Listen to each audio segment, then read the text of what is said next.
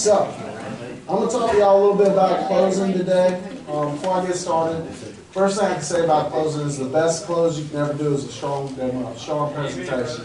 And that all starts with preparation, with showing up on time, being well dressed, having a good warm up, being actually concerned about the customer, and more concerned with them than you are about yourself, having passion, being excited. Second thing I know about closing is, for me, it's easier when I overcome objections before they get there as I'm going along, by doing your back kill, doing your air wash, stuff like that. If you do a strong demo, when you get to the end, 80% of them will go sell themselves. Don't really have to do no arm twisting. Now there is going to be that 20%. Sometimes you have to relate to them a little bit better. You have to put it into context where they understand it. But with that being said, I'm going to just show y'all how I go through my close.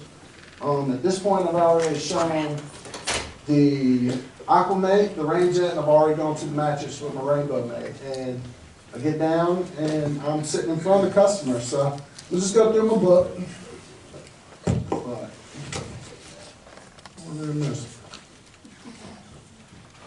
There you go, contacts. Y'all bear with me. So, first thing I show them is I pulled this page right here directly after I've shown their mattress. While it's fresh in their mind, I go through and show them what a picture of a dust mite looks like. And I explain to them, they'll say that, over the lifespan of your mattress, it's going to accumulate over 40 pounds of dead skin. That's why they sag in the middle. Or, after you've had them about 10 minutes later, you carry them out, they're heavier. And I'll show them these, and I'll show them the claws and how we can get that claim with our Rainbow Mate. After that, I go through and show them how, the CDC uses rainbows, and I tell them, if it works for them, it contains secure and destroy hazardous materials. Imagine how it works for you in your home. After this, I like to show them the page where, in my book, I have where the University of Utah uses rainbows in their clean rooms. And the clean room has to be 10,000 times cleaner than a hospital operating room. And then the last one I usually show people is I'll ask them, just to get them thinking, when's the last time that you've been in a restaurant, you've seen a dry system running while you're eating? They're going to tell you they hadn't. I'll tell them thank God, because since 1976 it's been illegal to run dry systems in a restaurant any sooner than 2 hours prior to opening. The health department will shut you down quicker for that than just about anything. But you can actually run a rainbow in a restaurant while people are eating because it doesn't put any emissions out. I mean, that's a heck of a thing right there. So, this is probably the most crucial page to me, is I go through and I explain the summary. And everybody's summary is a little bit different. As far as their survey, some people have, I'm sure, 9,000 or up. But my particular one I have here has 13,000. And I go through and I explain, how you purchase at least 3 vacuums over the course of 15 years. How you go through and when you spend money on supplies, bags, belts, filters. Right here, service and repair, there's not even a price next to it because we're in a throwaway society. When these break, toss them in the dumpster and we go get another one. Now come down to air fresheners. You have to buy air fresheners, candles, and sprays to try to mask the smell coming out of your vacuum cleaner. That doesn't even make sense. And I go through all this, and when it boils down, people are spending $13,130, or on a smaller scale, $72 a month to try to clean their home.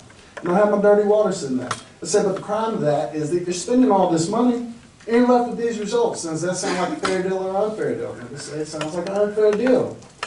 And at this point, I like to put a big bow on it, recap everything. So you spent $600 on Dyson.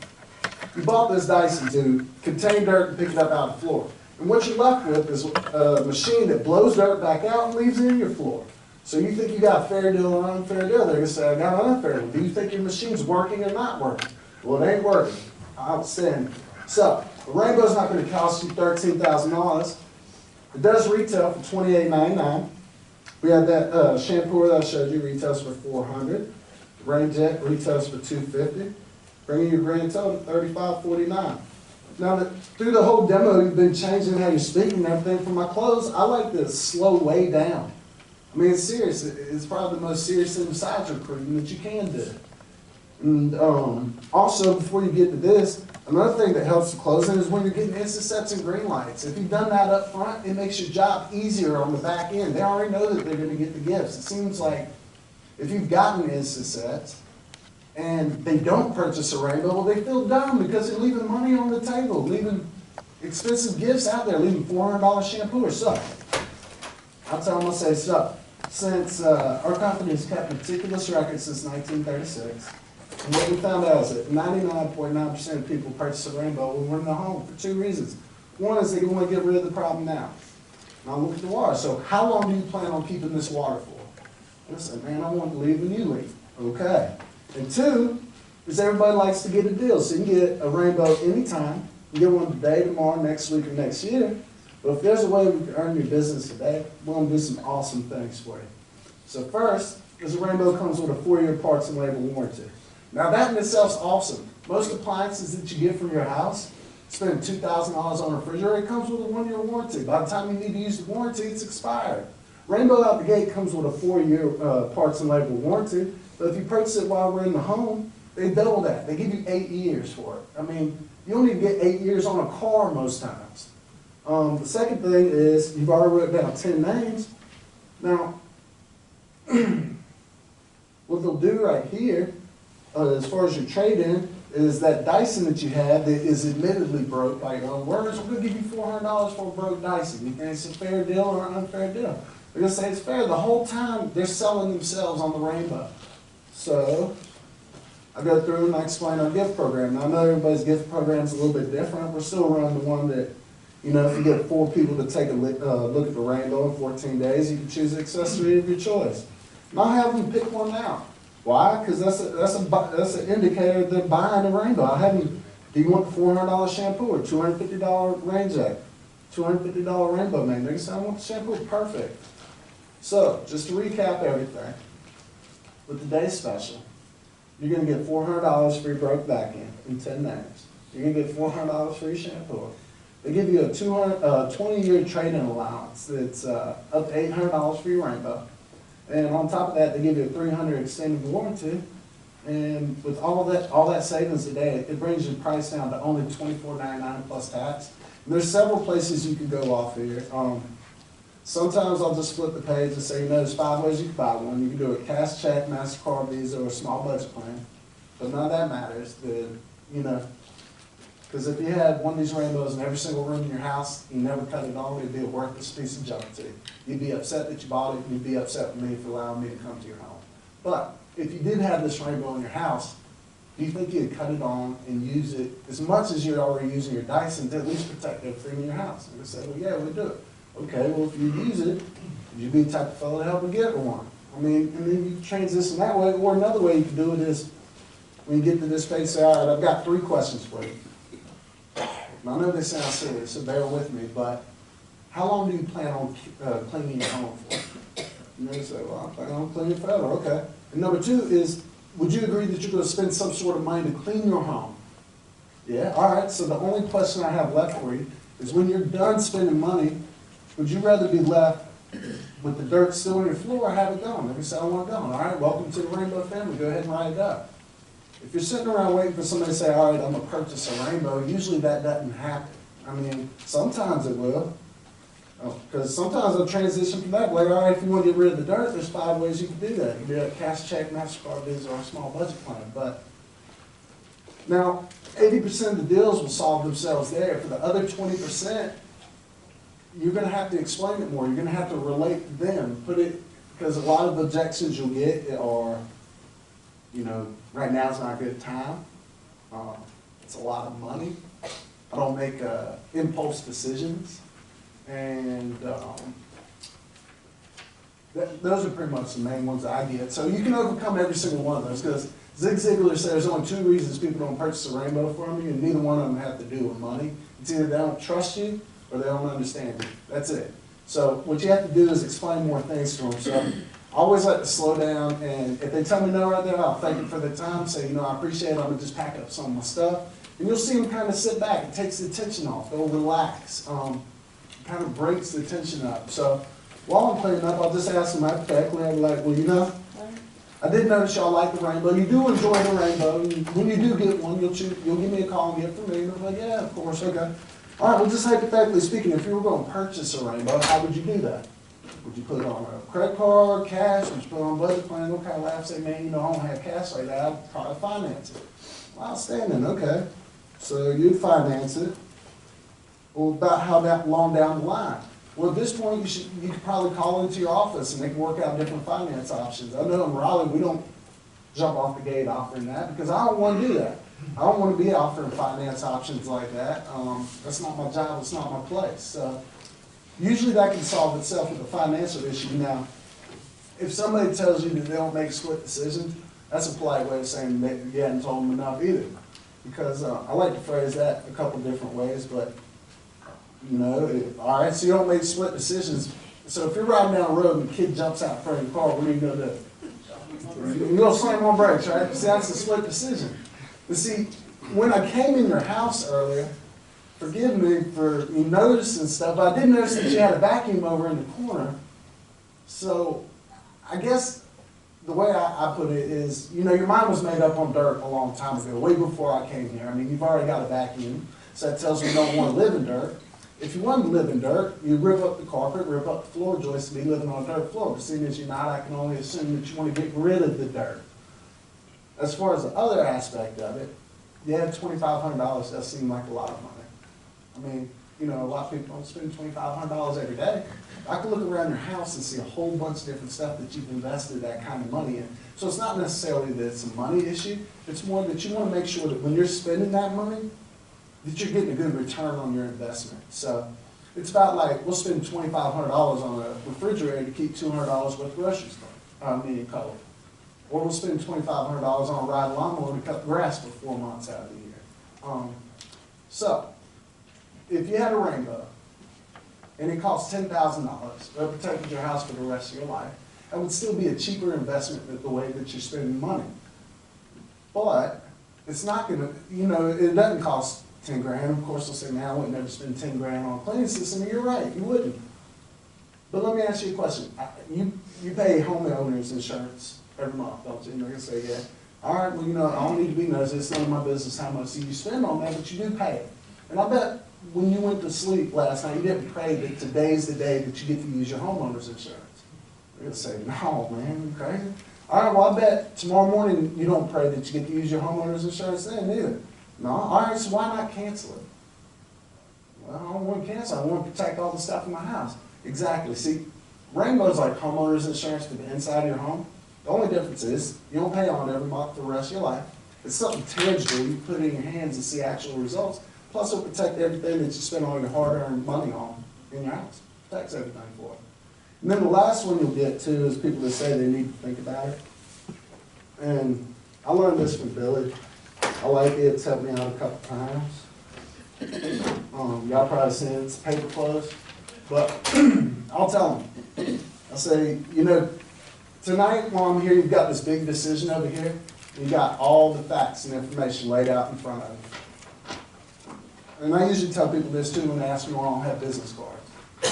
There's no need for business cards in our line of work. So, tonight you got all the information in front of you. When I leave tonight, it's safe to say you got a lot going on. You got work tomorrow. You got kids that you got to get into bed and wipe your feet. So, would you say some of the excitement and information leaves when I walk out the door? Absolutely. And tomorrow, when you're at work, you're going through your stuff, talking to your supervisor, you got a whole lot of more information going on, and probably more excitement and thoughts about the rainbow gone. Before long, a week from now, you're left with this much information on this big old decision over here. But wouldn't you think if you were going to make that important of a decision in your life, it'd be better made with all the facts and information laid out in front of you? You're going to say, yeah, you just take it out of your hand, say, welcome to the Rainbow family, read your last name, go ahead and write your warranty. That's that. And that's a good one right there. I mean, I love that close. And the last one I'll ever do is I'll do a clean cloth, dirty cloth. I just can't get nothing. But I try to close 5 or 6 times on it. It's not about beating people over the head. If you go in there and that you know in your heart that that's the only thing that can help their family, that's going to protect them, and that they're going to get way more out of their investment in that machine than you're going to get out of that commission, then you have no problem sitting in there closing on them. I mean, be bold. Say bold things. Don't be afraid to upset nobody. Yes, sir. Yeah. Yeah. Okay. During your closing, I know that you're backing off if you get an objection to kind of take the tension off. Have you stepped out of the home for any reason? You know, I'll do that sometimes if I feel like, it's one of them situations, I don't have a problem saying, hey, you know, I don't need to be a part of this conversation. Why don't y'all take a few minutes and talk about it? I'll be outside. Y'all just come get me when you're ready. I'll be putting some stuff in my car. Usually if I do that, I'll call into the office, bounce a couple ideas off them, what I got. But, you know, that, yeah, I mean, every now and again, yeah, you have to do that. That's not a problem to do. I mean, I don't have no issue doing that. I don't feel like. But I very rarely get that though. I'm not saying it like that. It's just I built a rapport and a bond with them that usually they feel like they can have that conversation in front of me. And to be honest, instead of stepping outside, I'd rather be inside with them when they're having that conversation. So any questions or objections they have, I can overcome them and answer them there. Heck, they can be inside confused about what a payment plan is or what the interest rate is or something like that. And you can lose a deal without never knowing why they were upset. I've had that happen before, and that's why I quit stepping outside, to be honest. Anybody else got a question? Yes, sir. How many deals would you say you close on the second or third or fourth time of asking them to buy? 80% of them. So Most of them. if you have one or two closes, you're gonna lose 65, 70% of your sales. Yeah, I don't, I mean, some of them you can, are lay down sales, you go in, I mean, you pull 3 or 4 clauses, say, I want to buy it, give me, but most of them aren't like that. I mean, yeah, because most people have it made up in their mind when you come in their house that they're not buying a rainbow, and I'll tell them that too. I'll say, you know, before they came to my house, I vacuumed the floor like 3 times, I won't go buy a rainbow. I got one, I'm selling them now, didn't plan on selling them, but I'm selling them. But, So how many times do you ask them to buy before you just say, okay, I've done everything I can? at least 6 or 7 times. Yeah, absolutely. I mean, by that time, after I do the clean cloth, dirty cloth, I do mine with a shampoo, do it right at their feet. I lay them cloths out. Which home would you rather live in? They're gonna pick the clean one, stick my hand out. They still won't buy. I do 3 fold clothes and leave. I fold up my box and I get going, man. Because you're not gonna sell them. I mean, if they'll tell you they would rather live in a rainbow home, but they still won't purchase a rainbow, they're not going to buy a rainbow. I mean, I don't understand it. I mean, you'll get those from time to time, that's why. But the big thing that helped me out is when I first started, I was closing 1 out of 3 like most people do, because I was only concerned about what I could get out of the home. When I went in there, I wanted to see what I could do for myself. And I also gave away a lot of things. A lot of accessories, was cutting my own throat. But that's because I didn't see the value in the rainbow. And now when I go, I don't give away anything. And I usually close between 60, 75%, somewhere in there. So. Just out of curiosity, how much percentage of those are recruits?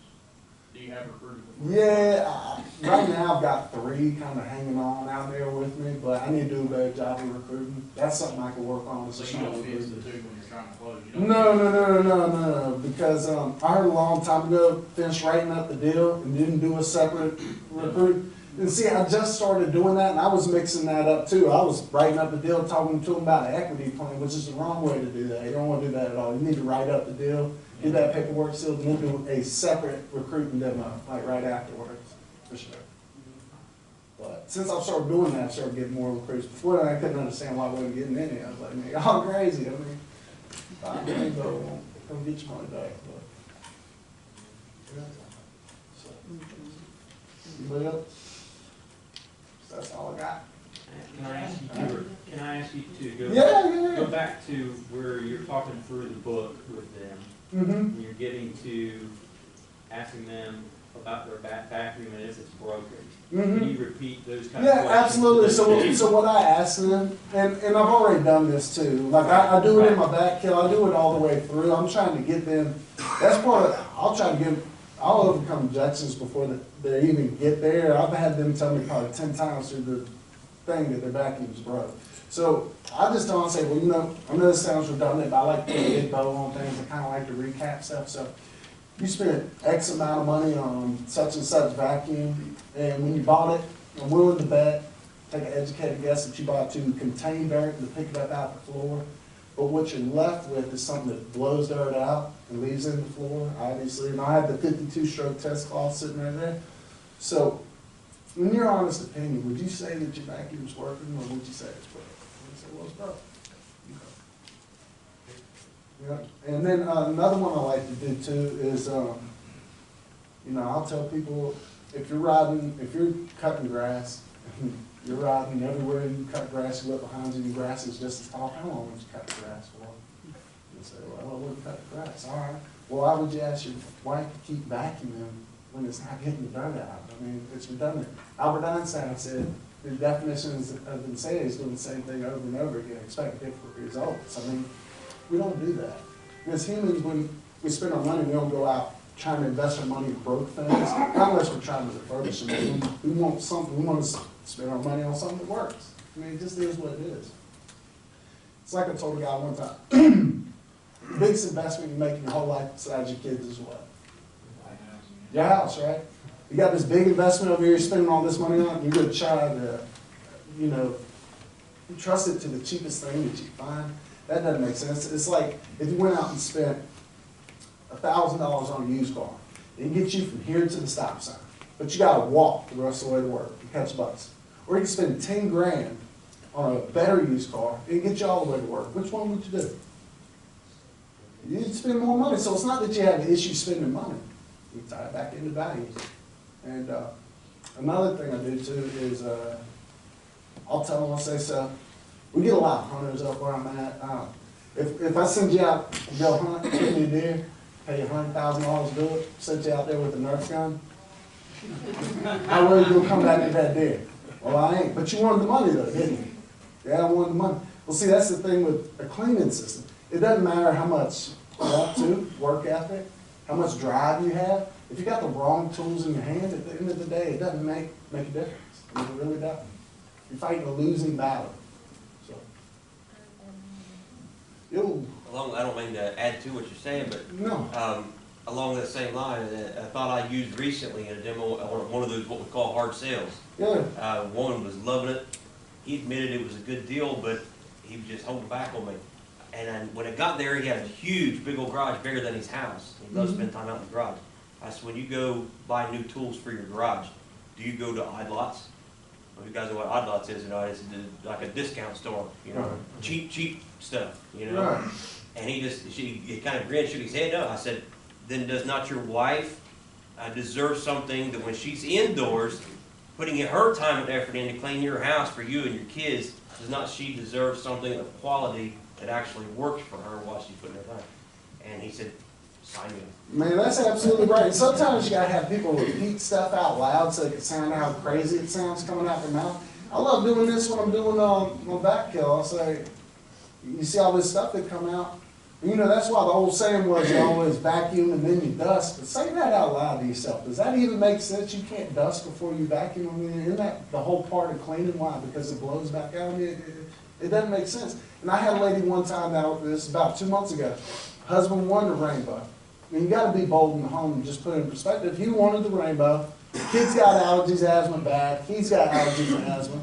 She's got a 2015 car, says she wants a 2018. Not buying a rainbow, need a 2018. So I just asked her, I said, so you really mean to tell me, you already got a nice car, that a car is worth more than the health of your family, more than the health of your kids, more than the health of your husband? They're in here coughing to death with all this stuff blowing out. I mean, you mean to tell me you could get you a new car anytime. You can't get yourself another kid. You can probably get yourself another husband, but you're not going to replace the kid. And, you know, she just kind of sat back for a minute, wrote a check for the back. I mean, you just got to put it in perspective.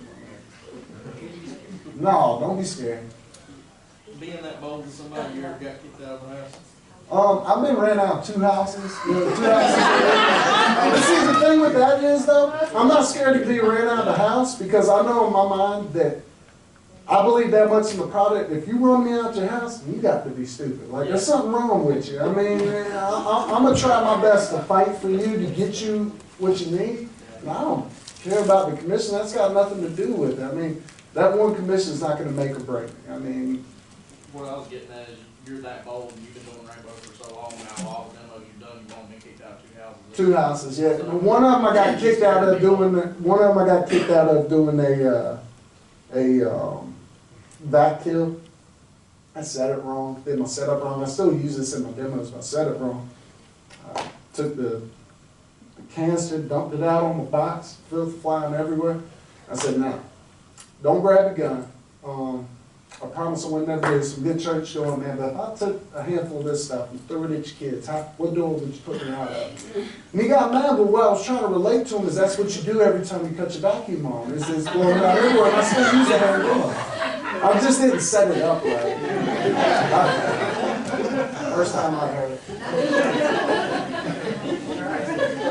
There you go.